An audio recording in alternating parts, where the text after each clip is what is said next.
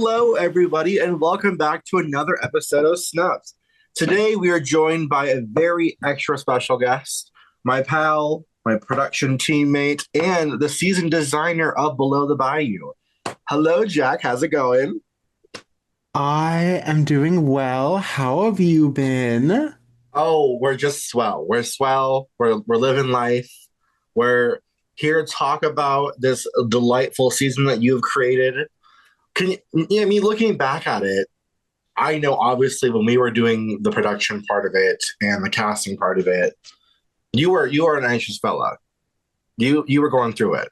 I so of course I sign up to do the season where for some reason after I sign up for it, I have like 3 or 4 weeks from design to casting to the actual running of the season where I literally just don't have a computer. Like for some reason all of this stuff just comes up and I go, okay, well, this is the hell that I've decided to put myself in.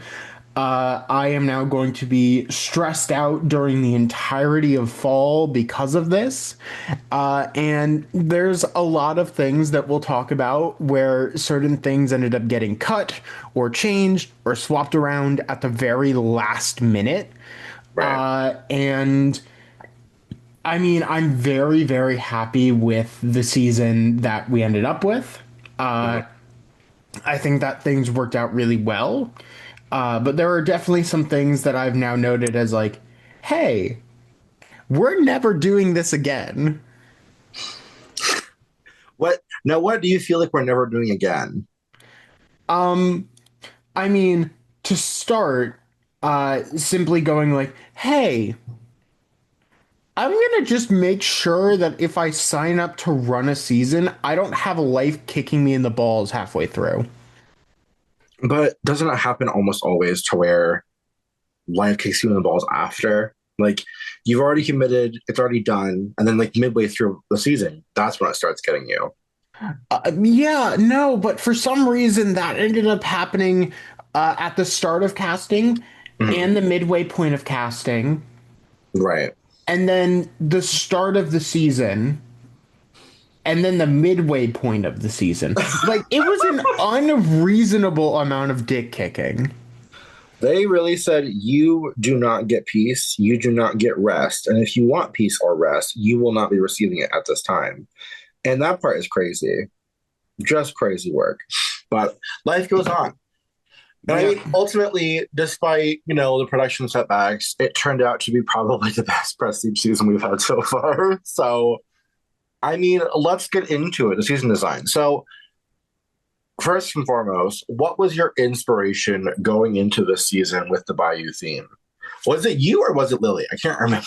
So Lily had presented a Louisiana Bayou theme, Right. and I had then gone, you know what? I have the time. That was a lie.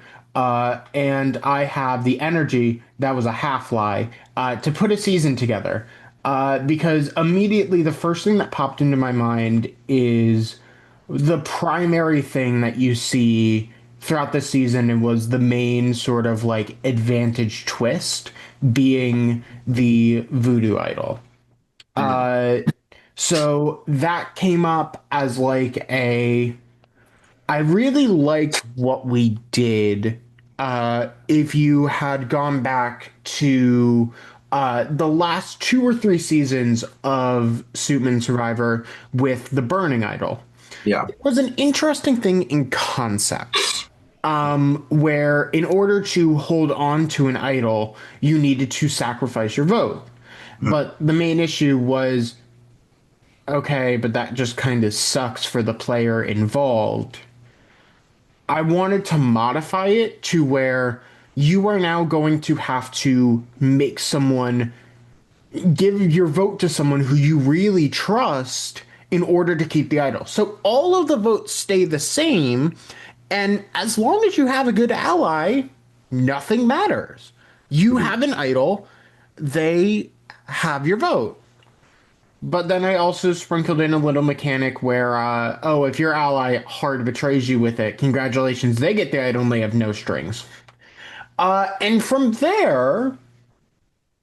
uh, from there, basically the season developed into this idea of fate versus control, where we gave the players a lot of control over how major decisions were being done. We gave them lots of information that they could use to manipulate things. But we also gave them scenarios where if you really wanted to, you could sacrifice things and say, let's see if I'm lucky. And That that sort of like dichotomy of giving people a lot of control and then giving people the option to risk it all, it was taken from new era Survivor of, oh wow, we're going to throw a lot of things at people, but most of it is a luck gambling machine. I wanted to go, okay, but what if that was intelligently designed? And that's how we got here. yeah, I mean, ultimately, so I know that initially you talked about how you did not want it to be gimmicky, to where you didn't want to like essentially, for lack of a better term, fall into the stereotypes of like the Bayou like theme and whatnot like that. So how did you kind of Yes. manage to execute that to where you had things that were within the realm of like a Bayou themed season, but not fall too heavy into like the voodoo power and all that jazz? It's more so, I think, how did you separate the two? The way that I tried to primarily separate the two is just like we already had voodoo elements on the season. I mean, you look at the idols, you look at the buffs, you look at everything. It is very, very clearly like voodoo, Haitian Creole influenced. So throughout multiple challenges this season, I just wanted players to kind of look at, hey, this is what this season looks like in terms of like, hey, you are in Louisiana. Learn about Louisiana a little bit. We had multiple challenges this season, which involved just kind of like exploring the area. We had like a season that was around Louisiana and voodoo. I was like, I can use head to hex here, and that's just a funny pun. But that's Yeah, exactly where it stopped. It was like yeah. small nods to all of that, but it wasn't a direct push. And all of that is basically where I filtered it down to of like, we're gonna use the swamp and bugs and alligators and crocs and like all of these very real elements. And then we're also going to pay respect to the cultures that have lived in this area for so long. And ultimately, could I have gone more into that like natural wildlife? Yes. Mhm. Did we a little bit rely on voodoo? Yes, but it wasn't explicit. There wasn't a bunch of things around it this season, so Mhm. ultimately I think the balance ended up pretty nice. Yeah, I would say so too. I think aside from the voodoo idol part, there wasn't anything that was like overly ungodly gimmicky. Obviously, the tribe names were named after different, Creole figures.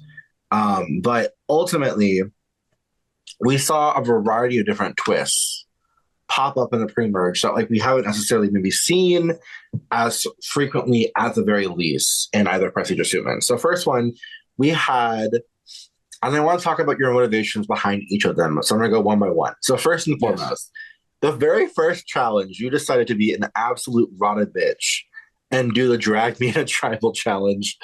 Right off the bat, you are making people rank everyone else based on first impressions, based on conversation. So, what was your intention of bringing the Drag Me to Tribal Challenge to this season? To you, I think you really set it up for this season to be very much so based on social connection the whole time. So, Yes. how and why did you think of Drag Me to Tribal as being the opener of this season? So I will state that Drag Me to Tribal initially was a very different concept, and things shifted around due to a variety of factors. Um, Casting was a little difficult, and then we ended up having a cast of 19 due to accidentally giving one too many people the green light to play the game.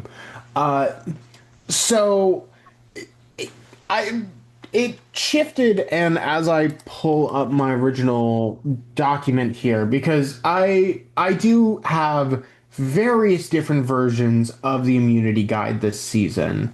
Yes. Let me find it. It's labeled as do not use old material, which is Do not. amazing for this game. So the original version of Drag Me to Tribal, which makes more sense once you actually hear it out loud. Um, so the original version of this was players were going to be given the option to willingly head to the first tribal council by dragging another player unwillingly to that tribal with them. And as long as they weren't dragged to said tribal, they would have secret immunity and it would be untouchable. Based on the chaos that ended up unfolding, I went with a more traditional kind of team drafting situation where players had to essentially form the tribe that they wanted. And I gave players the space to be like, hey, there's a way to strategize this such that you can form a majority alliance. And being voted to this first tribal council, as long as you have enough resources to ride it out, Mhm. will be okay. And you will live. I think the one thing that ended up popping up is unfortunately we didn't get to see it ride out for as long as I would have wanted due to another pre-planned twist this season, being the captain's cap. Right. Because essentially it was like, okay, we have to have a swap somewhere. If we had kept the original tribes going for longer, probably 4 or 5 rounds, I think it could have developed more. We also see some other challenges later on which don't have the right impact due to situations outside of our control. Mhm. But yeah, I mean, ultimately, it was a challenge to immediately tell people this is a season where your social bonds matter. And you are going to have a lot more control over what you're doing and what you're allowed to do this season.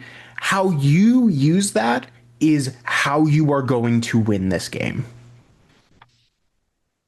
Yeah, I think ultimately too, it's Jesus Christ. Sorry, my just got a text on my laptop. But anyway, so my whole thing with the Dragon Tribal, I thought was such a fun concept too. And also for those listening, I have not spoken on this yet this season. But the reason that there were 19 people on this cast this season was because Lily can't count. And that is full stop the reason. Full stop. So why there were It is the reason, full stop, but also I think having a balanced situation ended up working out really well until it got completely unbalanced due to things outside of our control. yeah, it just wasn't. It was I think the way it shaked out, honestly, having an uneven group for this season works better for some reason. I thought it was just more, just overall, the opening was very compelling. We had very interesting characters that have been applying for a few seasons, like Lake and Miles, especially, that were really trying to get like ready to go. But it worked out so well. But additionally, with the captain's cap, I want to touch on that too, because obviously we saw Danny and Miles being the ones that held the captain's cap. They were the ones that picked the swap tribes ultimately. So with that, my question for you is based on how we saw the captain's cap kind of shake up where there was really only one person on each tribe initially swapped to a different tribe. Do you kind of look back at that and regret not having some sort of a, maybe an addendum of like you need to be able to, you have to pick someone else that was not on your tribe first initially, and kind of do how we usually do with this weird style stuff where we have like you pick someone from the other tribe and you pick someone from your tribe and so on and so forth, rather than just like letting it be kind of a free for all? Or were you kind of intrigued slash pleased with how it shook out with Miles and Danny both sort of building their new tribes based on their pre-existing relationships, plus one person that was essentially going to be serving as a sacrificial lamb? I think it worked out in a very interesting way, with everyone kind of realize. So there is a massive two-person gap in this season, with the expelling of Kane and Riley based on them both being sock puppets. That unfortunately throws a massive spanner into a lot of the season's dynamics. Yes. Uh, there are a couple things that ended up changing because of that. Um, and I think ultimately that's why we saw the captain's cap be really dry because there wasn't enough time for relationships to develop. For note, before Justin and Danny were expelled, the episode 3 challenge was not actually a single elimination, but a double elimination Wait, I'm presented as. sorry. Hold on. Justin and Danny. I'm sorry, my brain is not working. Before Kane and Riley got expelled, I'm looking at Wait, the what? document and I'm looking at the wrong pair associated with that challenge. But before Kane and Riley got expelled, episode 3 was actually a double elimination, with the idea that greed is a very interesting game, Mhm. to where it would never be explicitly stated within the rules that the other tribe was safe. So we would reveal the winner and then send both tribes to tribal and go, you had the option to take individual immunity. You didn't. You're still at tribal. Right. Unfortunately, that didn't work because we had to expel two players, and then the only way to balance it to where the rest of the season made any sort of sense was to turn that double back into a single and back into traditional greed, which we then saw players completely exploit and make it a 50-50 coin toss because I didn't think, oh, there are two players on this season which are going to be completely anal and make sure that no one does anything, which was really fun. Mhm. Really, really fun. So the captain's cap, I think, in retrospect, I mean, there was no way to predict because both of them got it in episode 1 before everything went down. Mhm. If I could have added an addendum of it will be a traditional pick from both sides kind of thing, it still would have probably ended up 4-3, and then it would have been more interesting dynamics. But we saw Reiki escape from that in a really good way. Uh-huh. I mean, unfortunately, Anna was the one who ended up taking the brunt of that, and that is probably the elimination I feel the worst about this season Yeah. because it was just like, yeah, no, she got outright screwed. And there's no other way to put it other than she got screwed by a bunch of different compounding circumstances. And unfortunately, her second chance ended up being a reason to now want to give her a third chance because she deserves it. Yeah. I agree. So that's probably one of the major regrets of this season. Just being like, we have to do something to get this to work, and it it kind of ended up falling apart more than I would have wanted. Mhm. I do think the penalties would have been more interesting because with the captain's cap, the captain received a penalty each tribal they went to, but that was only known information to the captain. Right. Um, I think it would have been more interesting with that. But once again, these are things we look back in hindsight and go, notes for future seasons on why twists work and why twists don't. Mhm. Right. I mean, ultimately, there are some that do work well, and I mean, we obviously saw with like the Decory and the Shadowlands, for example, does not work Mhm. in a season that involves newbies. It should have been a season that involved returners because they would have actually given a shit. But anyway, um, but yeah, I think overall though, like the concept was not bad remotely, but I think that Kane and Riley genuinely did throw a bit of a wrench in that whole thing this season in terms of how the pre-merge was shaking out. I still think that in spite of that situation, the season was still excellent, and I think, like I said, the best one we've had so far in this, series. But I think that definitely had that not happened, those two bozos, that it probably would have been a bit different. But I mean, ultimately, we can theorize all day long about what it would have looked like if X didn't happen. But obviously, that's not how life is. So it is what it is ultimately. But I still think it shook out fine. Additionally, I haven't seen us do this honestly before in Suitmans or Prestige so far, but I played other orgs that have had a round like this. But we had a greed round that no one did a damn thing with. Wasn't that a bummer? It was, on one hand, Mhm. on one hand, I always love to see players look at production and go, we are going to break this challenge completely. And we just go, well, shit. But in retrospect, I would have locked the challenge chat and not let them talk. Uh, Simply put, that pretty much would have solved the problem outright.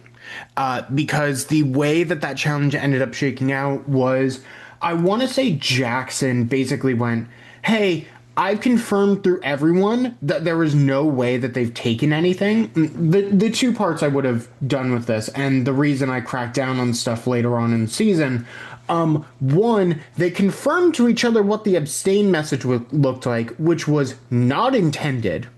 uh, I really wish that I had been able to catch that earlier because unfortunately that caused a massive issue. And then, I mean, second, it was basically them going, we've confirmed this. You can confirm it the same way. We can get this to a 50-50 coin flip. Really, really good social pressuring. Really annoying from a production side. yeah, I mean, ultimately, what I would say is I think it had it been at the merge, it would have been. I think people would have jumped at it quicker, for sure. I think making it in a tribe instance is definitely interesting. My question would be ultimately, do you think that had it been later on in the pre-merge, if you thought that someone would have maybe taken the bait more? I think especially like after the Reki vote, I think there would have been someone on Bakula especially very inclined to take greed in that moment. But I think what point was greed at? It was pretty early on. It Um, was episode 3, yeah, with episode 2 being a reward challenge. And I will note that this challenge originally was episode 4, but due to having some player counts shift around preseason, stuff needed to get cut, and instead of having 8 pre-merge rounds, we had 6. So, uh, could this have probably gone in episode 6 instead? Yes. Was there too many things to work around and swap around and do all that in order to make it work? Absolutely. Yes. Which I mean, So, it happens. It's the nature of the beast. Honestly, it's yeah. when you have to pivot, there are certain things that obviously have to be rearranged and or taken out entirely. So it's just one of those things. But I mean, as somebody who took greed in a season, going and fucking over his entire tribe, forcing them to go to tribal council, and then coming into the merge as a social pariah, but still winning the season. I'm just saying it's a fun thing to selfishly take, and I would do it again in a heartbeat. So if you're listening, I fully think that we should have a grid again at some point in Prestige, if not frequently, because I think it's so fun. But if you're listening to this, be ballsy and take greed. It may impact your social standing, but it will not entirely ruin it, depending on the season. But that's just my take. But of the twists we saw pre-merge, which one was your favorite ultimately?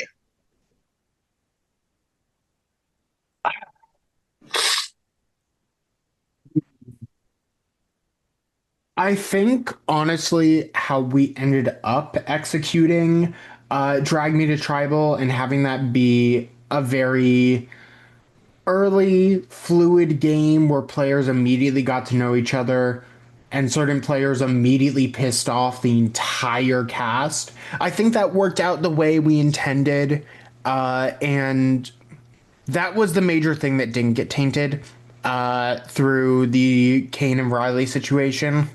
We basically course corrected at merge to like solve all of the problems, but everything to that point kind of got screwed up, and I wish we gotten to see the rest of the season play out with 19 actual players when we only had 17. But I do think Drag Me to Tribal worked, and we might see similar, not as intensive, but similar style games to what we've seen in terms of social dilemmas in future seasons. Right. I think it definitely really made because I mean I try to remember, but I don't know if we've had any sort of a first challenge where it's been this kind of impactful in terms of like you are physically dragging people with you to tribal council. Like that part is messy, it is diabolical. It is something that I think only you and your sick, twisted mind is going to come up with, quite frankly. And I mean that with all the love in the world. But it's something that I remember reading it and I was like, what the fuck is he doing? I was like genuinely perplexed. But then to watch it like play out in real time, I was like, oh bitch. He he deserves his flowers for it because I think it was so compelling. I think it was funny watching Lake that whole episode in general, but with that challenge and just seeing everybody across the board kind of being like, yeah, Lake, was hilarious, just objectively. Yeah. But I mean, I have to give tens for tens for dude. You ate with that.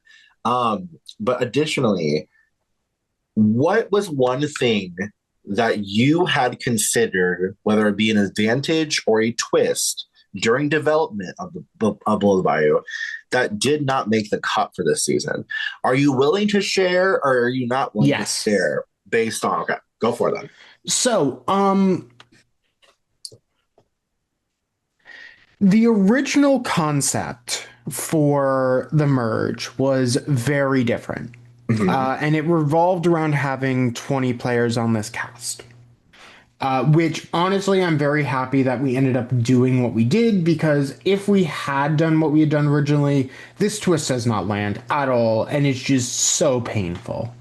But the last round of the pre merge was meant to be a double elimination, except for the fact that both players would not actually be eliminated, at least not on the spot. Right. Instead, all players, the 12 who were in the game and the two who were considered in limbo at that point, would merge. And the first challenge of the merge, which would be a night moves esque challenge, where once you were eliminated, you gave up your land in secret to another player, whichever player in limbo had the most whichever player in limbo at that point had the most land would survive, and the other player would actually be eliminated at that point. So there was a very social element to it of that. The challenge beforehand would also be a very social heavy and slightly luck heavy challenge. So there was supposed to be a massive show stopping piece about that, and that didn't really come together. That would have essentially resulted in a double elimination, starting the merge, one at the challenge and one during the vote. And then from there, we would have 12 players, and I think we'd have one more round before we ended up eliminating, before we ended up merging.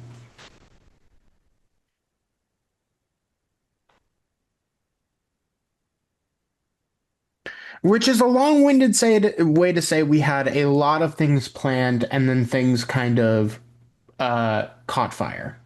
The way that I fully just spoke a whole sentence and fully forgot that I had muted myself a bit ago to sneeze quietly and Oh my forgot to God. unmute myself. But anyway, so my question was, in this hypothetical situation, say that Ken and Riley, weren't ejected, all that jazz.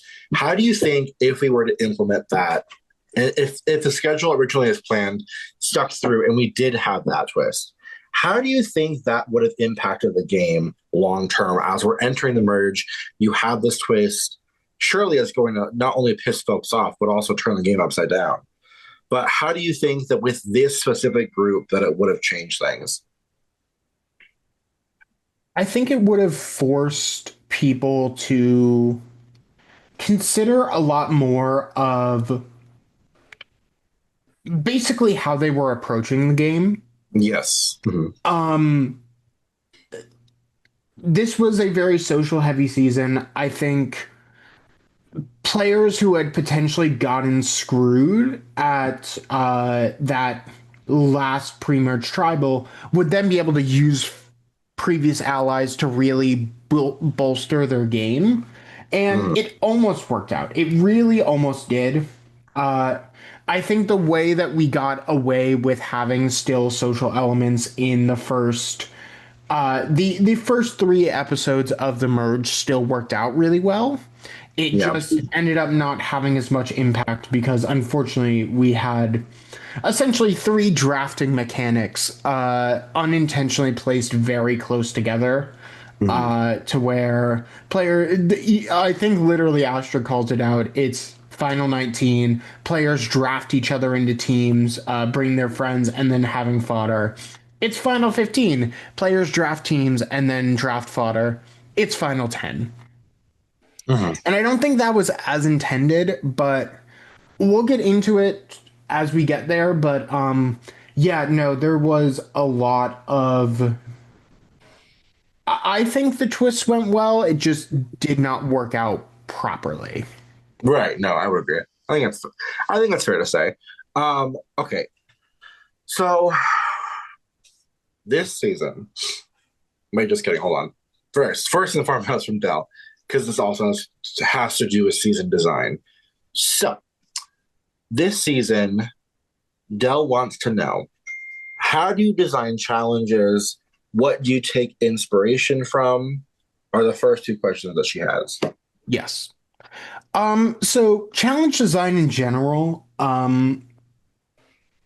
especially now, I try to look at um hey, what don't we have for challenges? Like, I've noticed in the past we've missed out on math, we've missed out on language, we've missed out on a little bit more social elements. Um,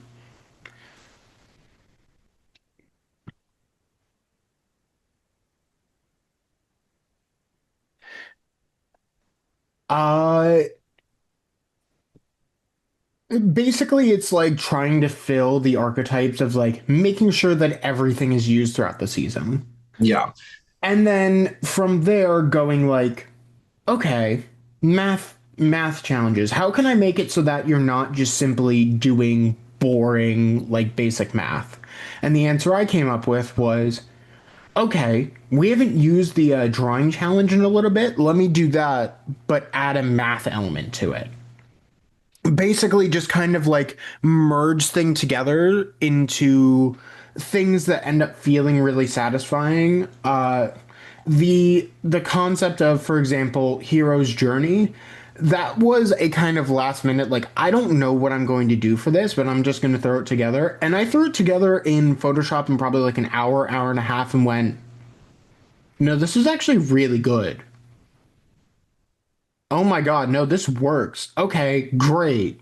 Now we just need to get people to draw a path correctly, which for some people did not understand how drawing tools work. So that was fun. Mhm. Right. I mean, because ultimately, usually we'll like go through and be like, we usually try to have some semblance of a balance. Like, we're not going to just have all social challenges or all strategy based challenges. We like to have a mix of shit anyway.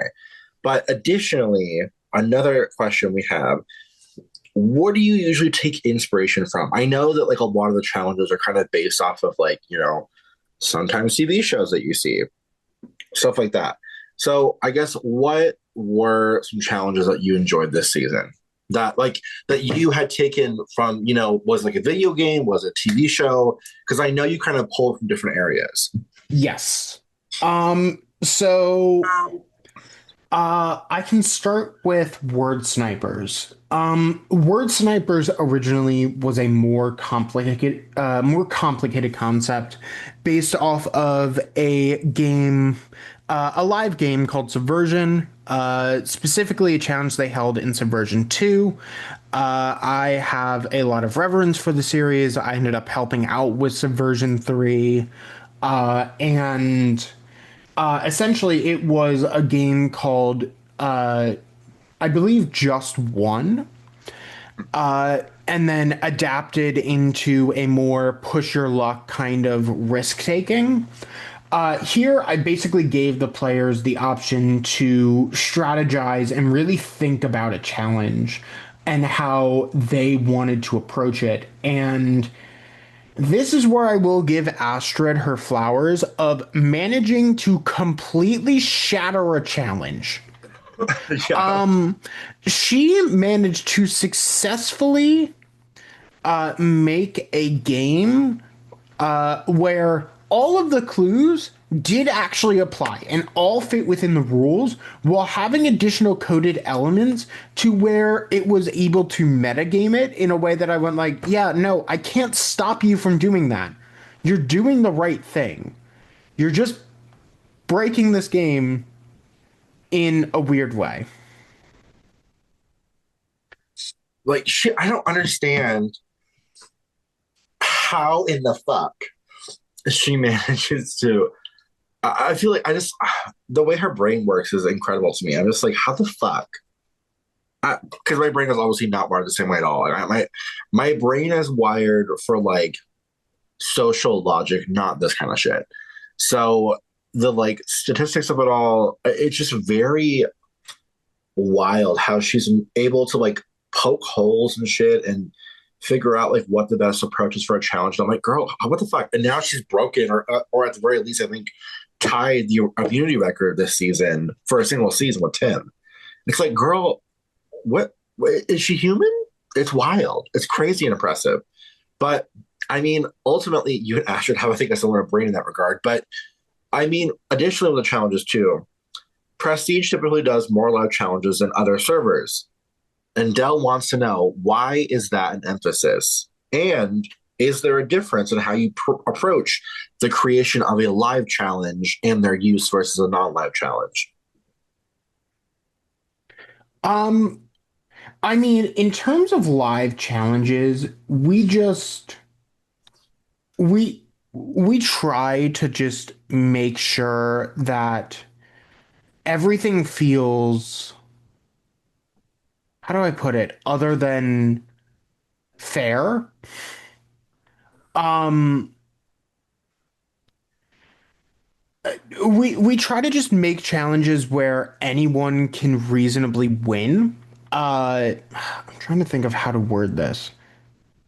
Live challenges in general have stuck around for a long time because they just inspire a very different energy to this game. I mean, this game in general was started as an entirely live game, a 3 week hellish sprint that went on every 1 to 2 months. I'm not going to say it was a good idea because it probably wasn't for the general longevity of this game. But now we have the option to manually introduce them ourselves, and I think giving players that opportunity to play a game live with each other, whether it's just like in spurts through like games like Head to Hex, where they have to directly face another player live, Impossible, where everyone is competing at the exact same time, the finales, all of that just gives a very different kind of, I don't know how to put it other than like vibe and life to this game. Mhm. But I mean, I'll say that I've begun to adapt stuff from other games. For example, I mean, the exclamation point series. If you haven't played it at this point, I really, really recommend it. I've been lucky enough to play their Survivor, their Traders, and ended up winning their Mole game. And the reason I kept coming back is because they do know how to really use a format. Like they'll have 24-hour challenges, but they don't feel like 24 hours. It feels like, oh, you're reasonably doing something for an amount of time and you're like lightly checking in on things as the day progresses. And like you have points where you can naturally log off, or here's an hour-long challenge that you're just going to do as a group real quick. And all of that, giving players the ability to come together and decide when they want to do a challenge together is the important part, or telling players, hey, we're doing a 30-minute challenge at this time, get someone to do it. Right. That gives players a lot more agency while giving a live challenge feel, and that energy just allows you to keep the season going. Versus some games where it's like, yeah, no, I don't know what any of the other tribe mates look like. Like I don't know anything about the other side, and I haven't been able to like talk to them or anything. So that's my personal reason for doing all of that, because it brings a different air and vibe to the game. So with the challenges too, this is Dell's final question too. How do you usually gauge the difficulty level of certain challenges? Like what ultimately for you is your threshold of like this is too much or versus this is fine? Because there are some challenges that people will say are diabolical, and there are other ones where it's like, oh, this is fine and easy. But I guess how do you kind of weigh that balance? Honestly, the difficult thing is it's kind of impossible to do that. Hmm. You can ask two, three, four prod members to test the challenge, and they'll give you advice. But at the end of the day, if players aren't willing to engage, they'll think the challenge is too hard. But at the same time, you give players a challenge that is relatively simple, and they manage to completely break it. So there's literally no way to ever hit that threshold of what's good and what's not. I think there were a couple challenges this season which ended up not working out uh, in terms of difficulty. The main one that I can point to is Figure It Out. Unfortunately, it was just too difficult. And I don't feel like I had the proper time to really test it and make sure that everything felt good with it. But games like Hero's Journey, I think ended up working out really well because players understood what they had to do immediately, and it was a pure test of skill. And I think players really, really like that. Total Sheep, I think, worked out because players were guessing what other players were doing, and it felt like a reasonable action. Triple Terror, players got to choose what they were doing, and that was kind of Triple Terror in general was just like my kind of spin on an early merge challenge from New Era Survivor and giving players the option of like, hey, you either are doing a word game, a math game, or trivia game. Mhm. Balls in your court. Giving players more choice as to what they want to do in order to contribute is, I think, the right way on how to do it. I try to always give players options in terms of how much they want to contribute. Like word snipers, you were either setting it up, attempting to screw over the other team, or being the receiver. I always want to give people choice with challenges because if you take too much of that choice away, and that's harder to do once you get to the merge phase, but the more you take away, the more likely people are to get frustrated and stop trying.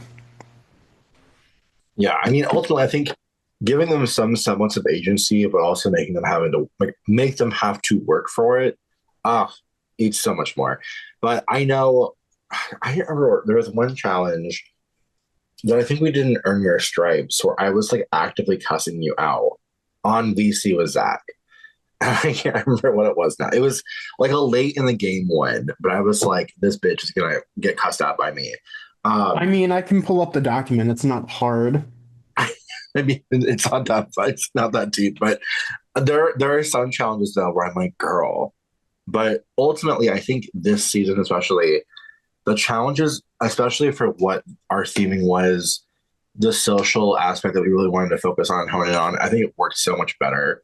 And just really encompass the experience for everybody to really make choices that are not only going to benefit their own game, but also kind of enhance their social abilities in this game. But there are some people that did not utilize it that way, and that's okay. But from John, when you design seasons, do you design the theme of the season around the twist you create, or do you design the twist around the theme of the season? Twist around the theme of a season primarily. Right. Um, I mean, I've had certain ideas for like we have a channel uh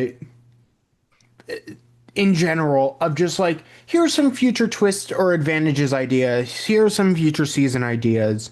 But I mean, when I had seen the Bayou theme, I had an idea of like what I wanted to do. And having a general idea and then developing an idea for the season being fate versus control. From there, that's primarily where I develop twists from. Sometimes twists come about and then we can build a season around them. I'll be honest, I don't remember exactly the last time we did that. Uh, the last time I can think that we did that was Survivor Last Gasp in Suitman Survivor. I mean, you can also call it Survivor Dynasties was also very much kind of in that same vein. But like where we had an idea of what we wanted to do going in, and then we just kind of developed a theme around it. But primarily it's, oh, here's an interesting idea. What things can we theme into it? Yeah, I mean, usually we have like the location, and if anything, we'll try to build it around the location if possible. Obviously, we touched on this earlier about not wanting this season to be like too gimmicky, if you will, um, Hmm. about like not going too cheesy with the voodoo aspect of it, not going to not knocking on the door of being disrespectful to culture, if you will. Um, Yes. so I think definitely there's a fine line between doing that, but it's usually never a thing where we're like building twists first and then being like, how can we work a location around these twists? It's usually we have a set location in mind and kind of build the twists based on that in some capacity, whether it be a twist, whether it be an advantage, that sort of thing. It always kind of varies in that regard. But I would say it's almost always we have a theme or a location and we build it around that. We're not like designing twist like random twists and advantages and being like, we don't like there's no dartboard we're throwing a dart at saying we're going to go here for this twist. Like that's not what's happening usually. But maybe in the future, who knows? But from what I've seen in my 2.5 years on production, that's not been the case. But additionally, from Rami, from Normandy, Jack, some of these challenges make me think that you have a 3-digit IQ. Which at first I read that question wrong and I thought he was calling I thought he was calling you That's stupid. insane. Jesus Like Christ. I thought he was calling you stupid at first. That's not what was happening. I The had to exact opposite, but I can no, absolutely say that. I had to reread it. So anyway, Jack, some of these challenges make me think that you have the 3-digit IQ. How do you think it affects people that have double-digit or even single-digit IQ? Um, I'll start by the fact that you're right. Do you have a But 3-digit IQ? uh the last time now there's a whole other thing about how IQ tests can be studied for and all that. But the last time I checked, I have around 150, 160. Which, just to be clear, is because I'm good at spotting patterns. And that's primarily what an IQ test is. And it's bullshit. But mine, generally, I'm good with stuff that involves math and word and logic. And that's what IQ tests track. So, yeah, no, it's definitely a problem, and it's something that I've been trying to learn with time on like, hey, this is an awesome, intense design challenge. People now want your neck because this is way too complicated. And I think I'm naturally learning where that line is for people. The same love I had from word snipers or figure it out in terms of running it, I had the same love with Hero's Journey, and that was so much simpler. I had the same love with Triple Terror, and that was so much simpler. So it's like looking at I don't, and this is just like a general thing. I don't need to go crazy with challenges. I don't need to stress myself out and do all this crazy shit. Because you know what I can do? I can code a bot to make those challenges feel seamless for players. And that's the important part. So I can do all of that crazy shit in there and make simple but well designed challenges for players to have as like a bank in the background of like, oh, well, this challenge worked. Let's put it back into a new season. So it's definitely something that I'm attempting to improve on as every single season continues. Okay, so speaking of the bot, Jacob from the Amazon said, "Hi Jack, what was it like building the Prestige bot? Why did you opt to make the server its own bot instead of using any external ones?" So we did.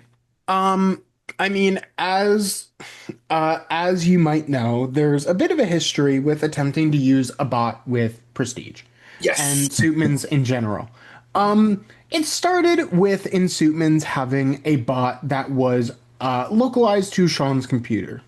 Well, God. Kieran's computer at the time. And just know that if you have not experienced that era, you're lucky.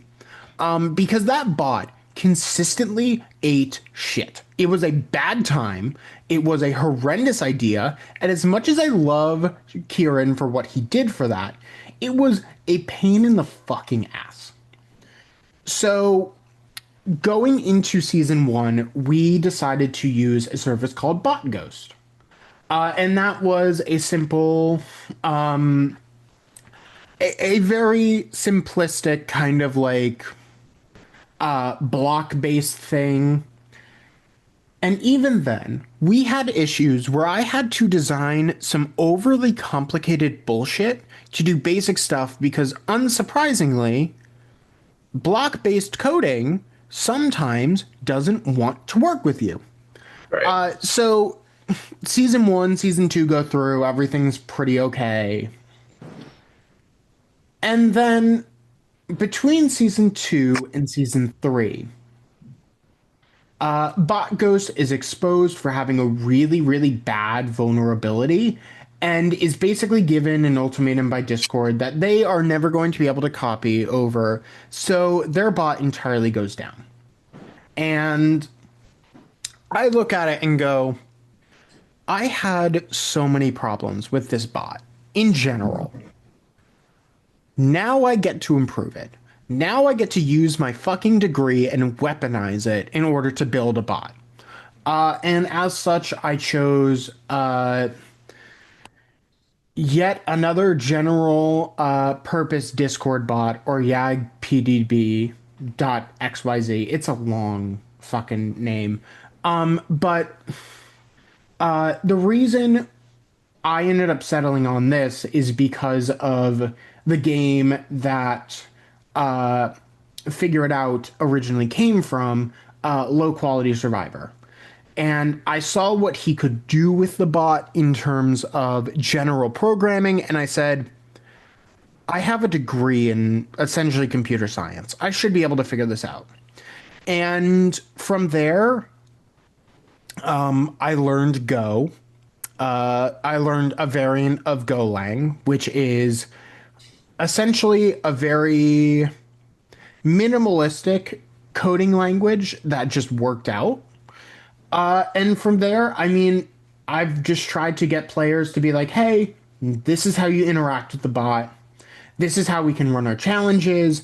We don't need staff to be constantly on standby to run challenges.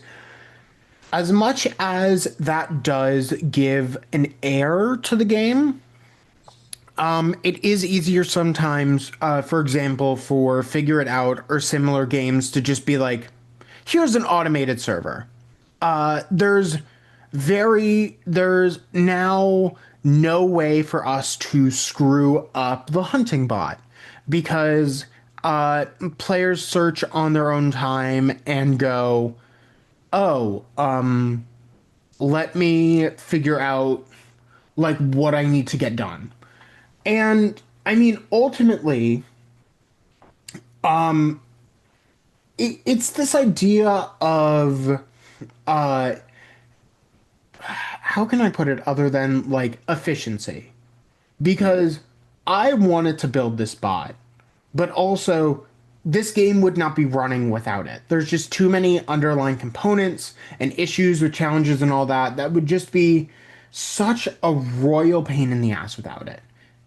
And I think like even throughout these two seasons, I've learned so many more things about this bot and what it can do.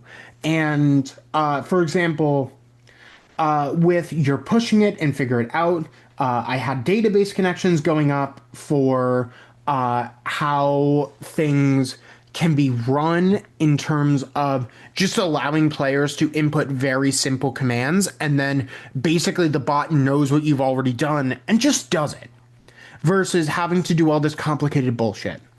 And it's just going to be more things that end up being used in future seasons. And I hope that over time I get better and better with this bot and this game turns into a lot more of, okay, just repurpose this old thing versus come up with a new solution to everything that's gone wrong.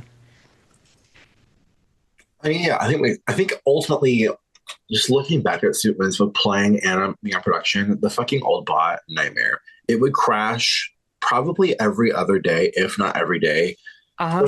especially towards the tail end of the series. I would say because I joined like season 30, so I would say probably around like Namibia. That's probably when it started really becoming bad. I would say, Yes. but it was a disaster. But I think the new bot works much better. It hasn't had nearly as many issues or crashes, and it's been pretty smooth sailing to run challenges too on. So I think it works wonders. So thank you for getting your degree specifically for this server.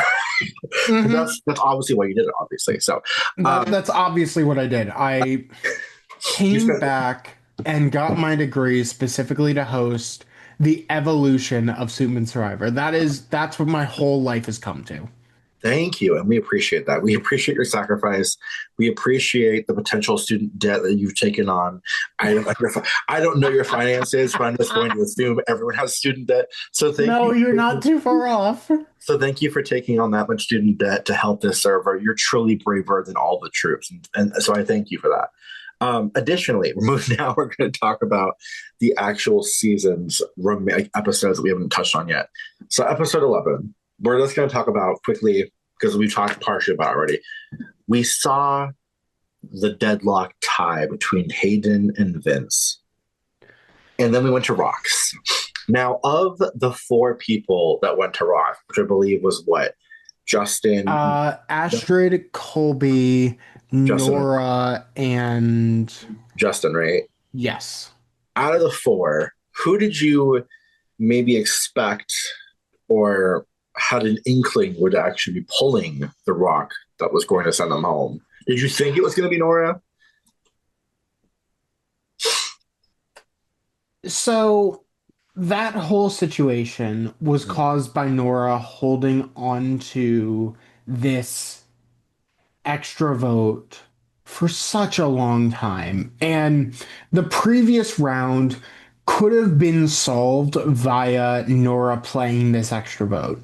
So, in a way, as much as it was a cruel, cruel twist of fate, her going out on that felt narratively sound as much as it was a horrific robbery.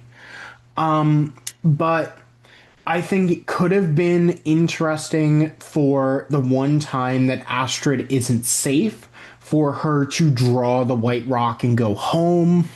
Mm. That also could have been a very interesting scenario. Honestly, any of the situations here where Vince, who ends up getting this, ends up going home, would have been rough. There, literally anyone drawing that rock would have been horrific. So, in a way, I'm happy that the most narratively sound outcome occurred, but also we've seen essentially two sides of the game constantly war at each other. Mhm. And literally, it's been one side takes a hit, another side has an advantage and takes a hit. Another side has an advantage and the other side takes a hit. And now we're going into a very interesting endgame scenario where it's weirdly like, I mean, Jason is essentially in the middle, Yes. but it's strange because I think honestly, Jason's best option is to take one player from each side and not take a side, which is such an interesting decision. Because, yeah, he could probably go to the end with Astrid and Colby and be fine. But if he also decided to instead take Justin instead of Colby, maybe he'd have a good shot. There's so many variables to where I don't know how this season is going to end up stopping. Right. We've had literally, I think, one of the best merged casts we have seen in Suitman history and like the whole legacy of this thing. Yeah. Because Kyler getting robbed again was so rough, especially because it was a massive blindside with so many advantages coming out for no reason.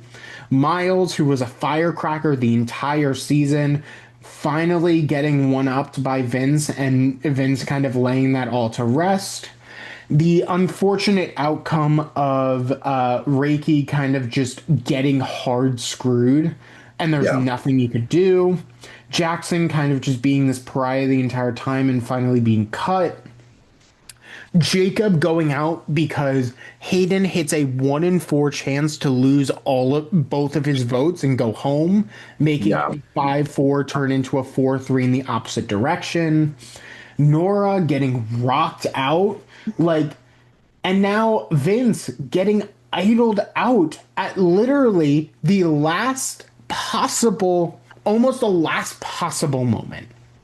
And now we have 5 very interesting players. Astrid, who probably will make the final jury, but will get no votes because no one respects how she plays. We have Justin, who's played a very under the radar game. We have Hayden, who's like, this obvious threat to win the game, but I mean, he was basically saved last round, and there's nothing. He's going 3-2 into the next round, down a member, but is still surviving. I mean, there's so many different ways that this can play out. And I think we're going to get a satisfying winner out of this season no matter what, Mhm. because basically everyone is a satisfying winner for different reasons. Yeah, I think ultimately, I don't see the only way I see Colby winning at this point is if he's sitting next to Astrid. Also, this is going to be released after tonight anyway, Oh, so yeah. we can openly talk. It's a final two. Oh, Um, yes, it's a final two, which um, players have speculated, but hasn't been directly confirmed to them. It will be confirmed to them at the Final Four challenge. right, flops, but ultimately, I think the only chance that Colby has, like I said, is against Astrid. I think the only chance that Astrid has is if somehow they throw Astrid's twin sister there too. At this point in time, somehow. But Yeah. I think that Astrid hasn't played a bad game necessarily physically. She's obviously been probably the strongest physical competitor there. Strategic in terms of strategy, she has good strategies for the challenges. In terms of how to maneuver through the game, not so much. I think that socially, she just doesn't have the same kind of capital that like your Justin, your Jason, your Hayden, even really Colby, because Colby hasn't necessarily pissed anybody off on the jury, have. So if I had to pick my front runners right now, it'd probably be Jason and Justin, depending on how it shakes out here tonight. But I I I do agree with Justin. I think Jason might have a little bit of a harder time selling his game because unfortunately he doesn't see how well he's played.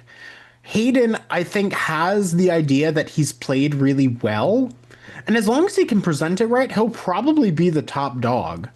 Unless Justin can really overshoot him. Right. My thing about Hayden, and it's more so from like a spectator standpoint than it is a player standpoint, because obviously the players have a different experience and a different perception of Mhm. Justin's game because they're talking to him one on one. They're maybe even voice chatting with him. We're seeing next to nothing confessional wise. There's not a lot of content. There's not a lot of thought process being discussed by Hayden, which is fine. This is prerogative, whatever. But ultimately, it becomes a well, my guy, we don't even know what's going on with your brain. We don't know what you're thinking. So it's been a bit lackluster in terms of I've played with Hayden before, so I know what he's capable of doing, and know how like interesting and how funny he is. But like, we're just not seeing that in this confessional at all, unfortunately. But it is what it is. Yeah. In terms of the next episode, we saw Justin find an idol and play it successfully on Hayden, with them deciding to take out Vince instead of Jason. Now, first and foremost, do you think that was the right choice for those two to make in taking out Vince instead of Jason? Because I think it was a stupid decision entirely. I don't think it was smart. I I also agree. Um yes. Jason, I think, has more of a chance of winning challenges, even though he very much doubts himself. And unfortunately, we did just watch him as this podcast was being recorded, play Wicked Web and literally attempt to insert Vince when Vince was never a possible answer due to the rules. So Yeah, I think realistically, Vince goes to the end. Vince has a very hard time convincing people he deserves to win. right. So I think it was not a strong decision, but I don't think they've realized it. And the only person who has realized it's a bad decision is Astrid, but not for the right reasons. So, Yeah, I think ultimately, because you have Jason, who number one is a stronger physical threat anyway, but he's also someone that like could easily sway the jury. Vince, I think, has zero shot of swaying the jury, as we've seen, because he's now entering the jury and kind of seeing the jury's perception of him, and it's been lukewarm at best. So ultimately, it's not one of those things where you're seeing, people have a positive reception to Vince. And I fully was expecting at one point in time, and Ian and I discussed this on Sunday, that we thought that Astrid and Vince could be the final two, which I thought would be hilarious. But anyway, but yeah, I think that ultimately it was a massive. The idol play itself was great. The execution of who they took out was not. I think it was. I think it was the wrong choice at that time because ultimately, you keep Vince around. Vince is not winning shit. I love Vince, but he's not. Vince is not winning shit, including the Final Tribal Council, unless he's sitting next to Astrid. And even then, it's a toss up, I would say. But, and I love Vince, no shade. I think Vince played leaps and bounds better than he played in the Shadowlands, which is obviously evidenced by his ability to survive and cockroach his way to Final Six after being a target pretty early on in the game. But ultimately, I think that having taken out Jason, who's a stronger physical threat, who's more likable, who's more has higher favor with the jury, it would have had a bigger bite and would have been a bit more of like a wow move for the jury to see rather than just being like, oh yeah, I took out Vince. Like, not that Vince isn't a player in his own right, but like, I don't think that like the winner equity that Jason has matches Vince whatsoever at all. But that's my take. In terms of Vince, were you sad to see him go? How do you think that he played this season compared to the Shadowlands? I ultimately think he did play it a lot better. Yes. He got himself into a lot of hot water very quickly. Yeah. Vince was one of the people who had successfully strategized that first challenge and essentially set himself up to be a great merge player. But by doing that, he pissed off a lot of people. Like, very, very consistently pissed off a lot of people and made himself a massive target. Obviously, he had the numbers and the troops to make sure that he was always okay. But, I mean, realistically, if if Bakulu goes to tribal for a third time, I think there's a decent chance that Vince might slip and go out very early. I feel like if people are looking for targets, are mad at this majority alliance, are mad at what's going on, Vince was always going to be one of those people who were like going to be punished for it.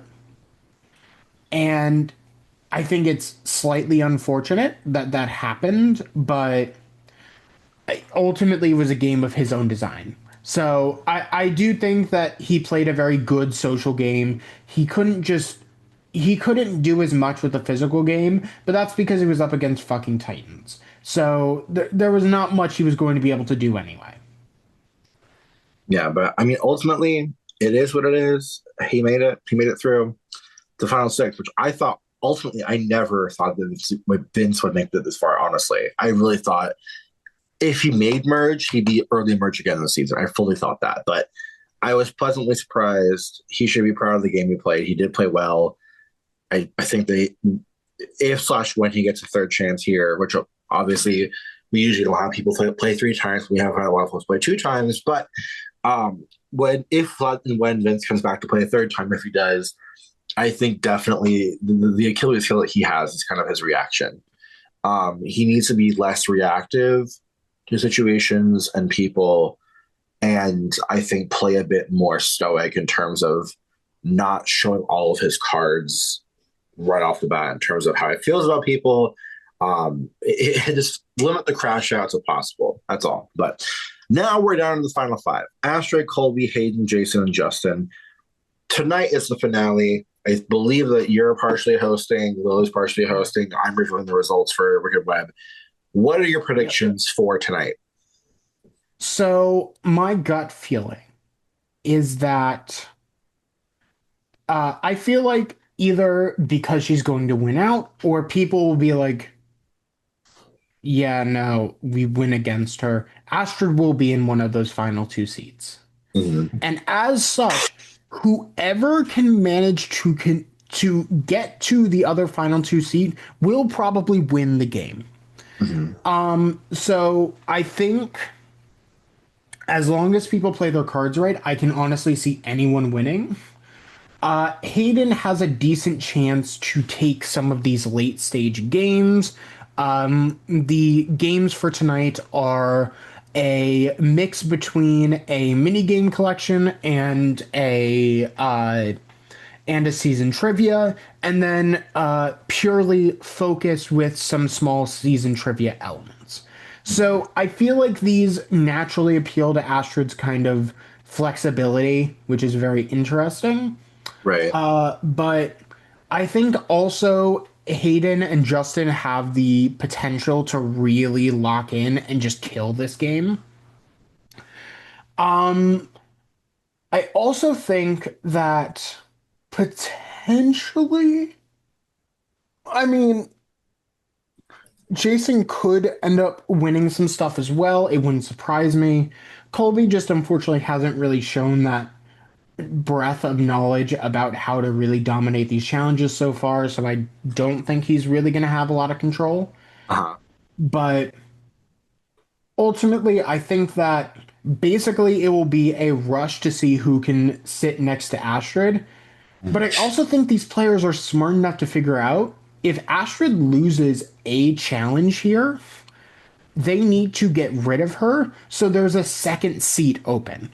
Right. Because Astrid losing one of these three games is good enough of a reason to make sure, unless it's literally final three, unless it's the final immunity challenge, you probably need to take out Astrid because it's just going to make your chance of survival so much greater.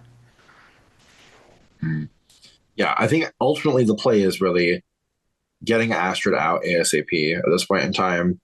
Because ultimately, even then, if like you do want to sit next to her in the end, if worse comes to worse, you don't want to be in a situation where she wins immunity and now you have to convince her or somebody or her to bring you to final two instead of the other person.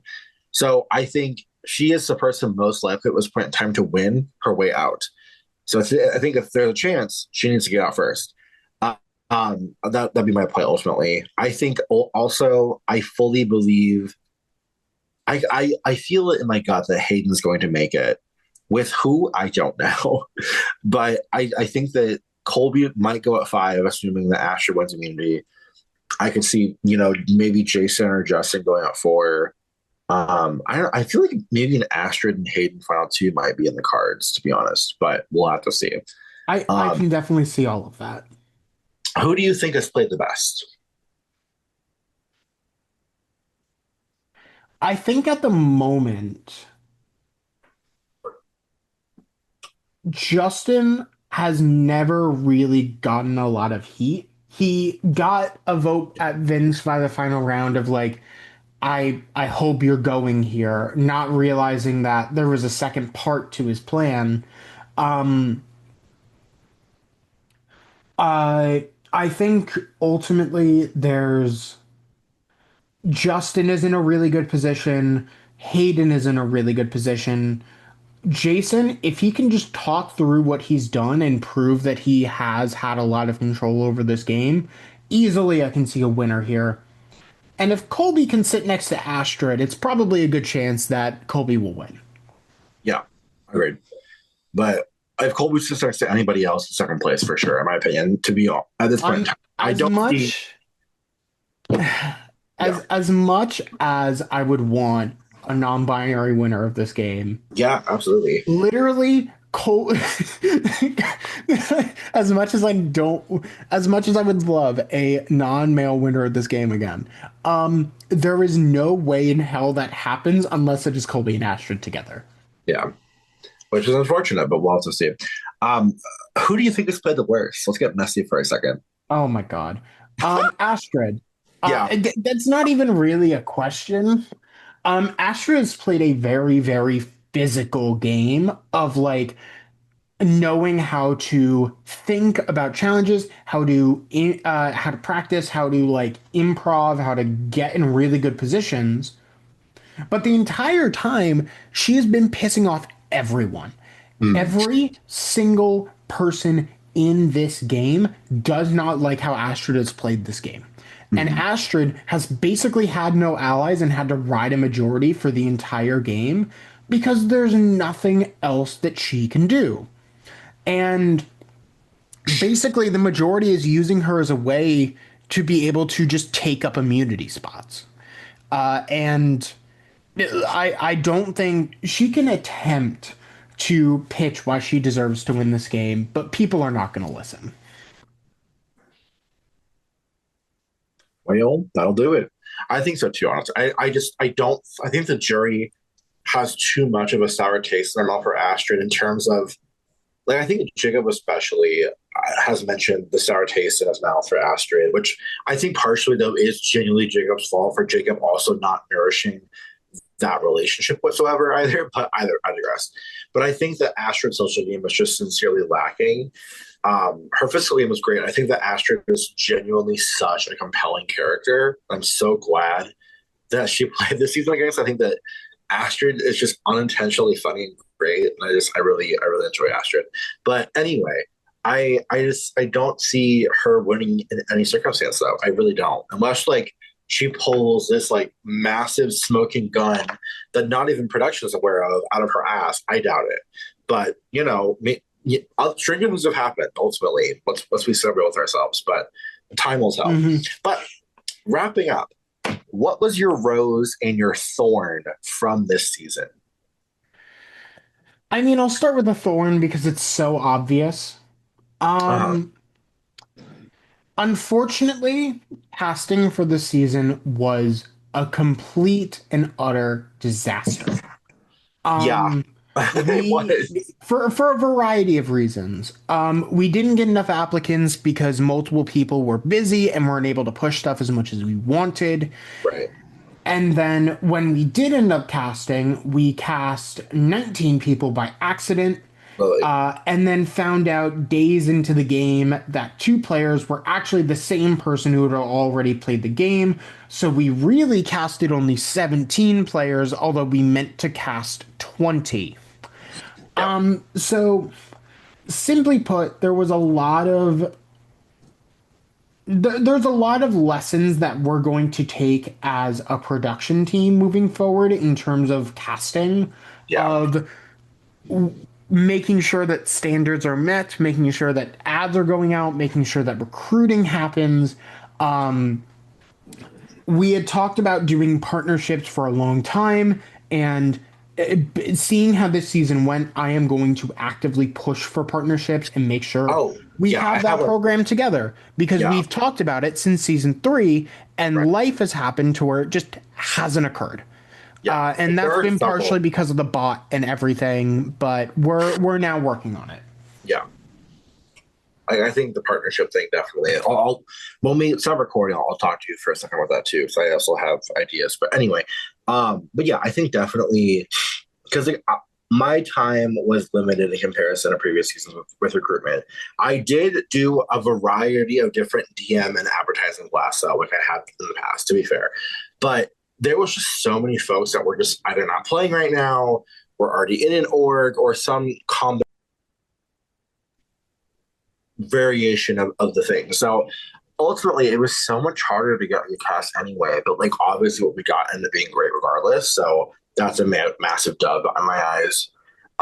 What was your rose though? I think my rose ultimately was learning I think learning a lot more about how I want to run this game in the future. Mhm. In terms of challenge structure, in terms of dealing with the bot, in terms of managing player expectations. A lot of stuff that we've learned from the season, you will see actively go into season five, season six, season seven. Like, we as a prod team learned so much from how challenges resonate with players, how twists resonate with players, what kind of agency allows players to feel like they're in control versus like they can't decide what to do.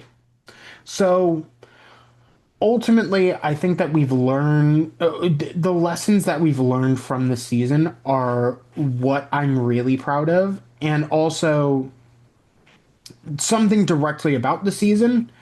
The merge stage of this season has been incredible. It genuinely is one of the best merge casts I have seen in a game, period.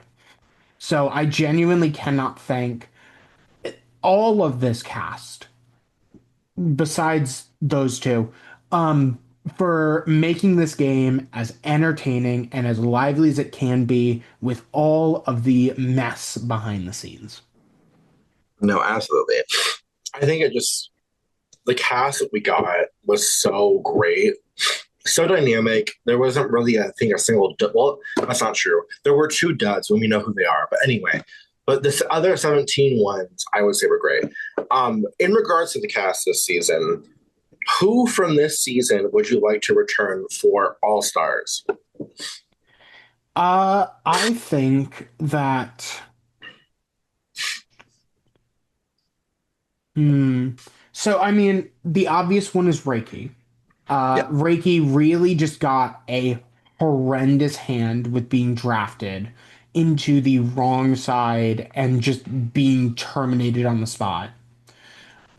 Jacob as well. I mean, literally a 3 in 4 chance that a plan goes through and it just fails. That is a rough scenario to be in. I can easily see both of them coming back. Nora getting rocked out was really rough. Anna as well got really screwed, so I would love to see her back. This would be multiple years down the line as like a have you changed kind of scenario. I'd be interested to see what Lake and Miles do coming back after a long time away to reflect on how they played this season, because I feel like both of them showed up, did not realize what they were doing was not resonating with players, and really screwed themselves over. And I mean, honestly, most of this cast I would be very happy to have back under different circumstances. So honestly, I am very excited to see what happens tonight. I think that most, if not all, of the final five could be brought back for another season. agree. Astrid to say, like, hey, yeah, you mastered the physical game, have a social game. Colby of, like, hey, do more with your game this time around. You can be more social, you can play more things, just have confidence in yourself. Hayden or Justin, if they don't win, kind of a you ended up not winning the first time, but you had all the elements. Can you do it again? Jason of a have more confidence in your comp abilities because you're a really good player, just having a little bit more practice in puzzles and stuff like that. Yeah, I think all of that, genuinely, all five, basically all of the merge cast could have a reason to return to the game. yeah, I would agree.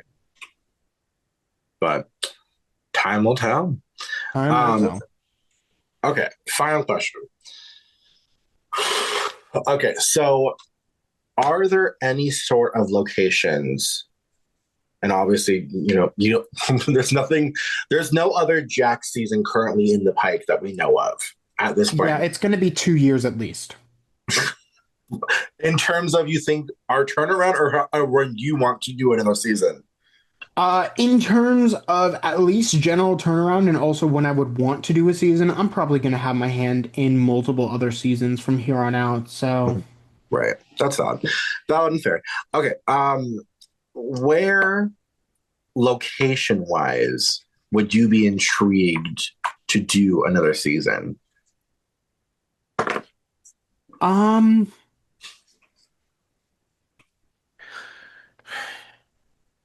I mean, as much as it is a faux pas because like we very much are like not this kind of game, having a season that is a lot more futuristic, a lot more like a very different setting to the kind of like campground, lake, wilderness kind of setting, having a sort of contrast of like older ruins or like a large civilization That kind of stuff I'd love to see. Maybe a season set in Chichen Itza.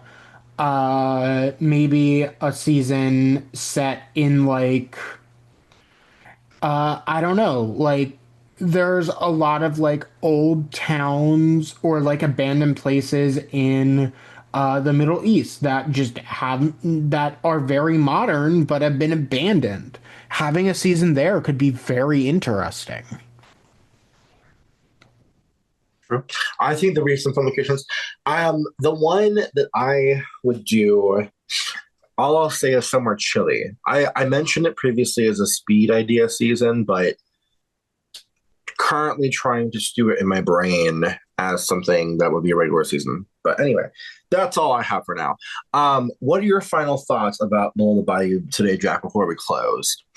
As the season designer, as you reflect back on your work, was it worth it? It's been, I think, at this point in time, probably 7 or 8 months that you've been working on this season, I would say. Something around that. Um, I ultimately am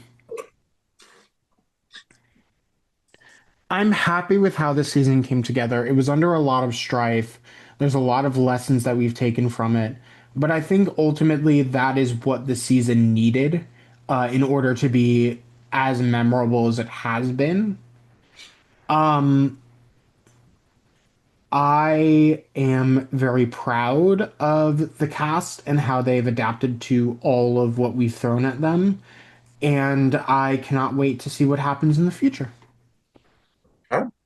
Well, Jack, I want to thank you today. I want to thank you for giving all of us a lovely season. I think, like I said several times throughout this podcast, it has been my favorite season so far we've done in Prestige Survivor. So you killed it. I know there was a lot of blood, sweat, and many tears that went into the season for you and during it. So I just really want to give you your flowers because you really do, not only for this season, but in general, you do so much for our community. So I want to thank you so much. Because you just eat all the time. You feed us as well. It's just delightful. And also you literally took out student loans to give this server what it is. So thank you so much. Thank you for doing all of this. It's very, very nice to be able to talk about it and have all of those thoughts now permanently in the ether. Woo! All right. Thank you guys. We'll see you next time. Bye. Bye.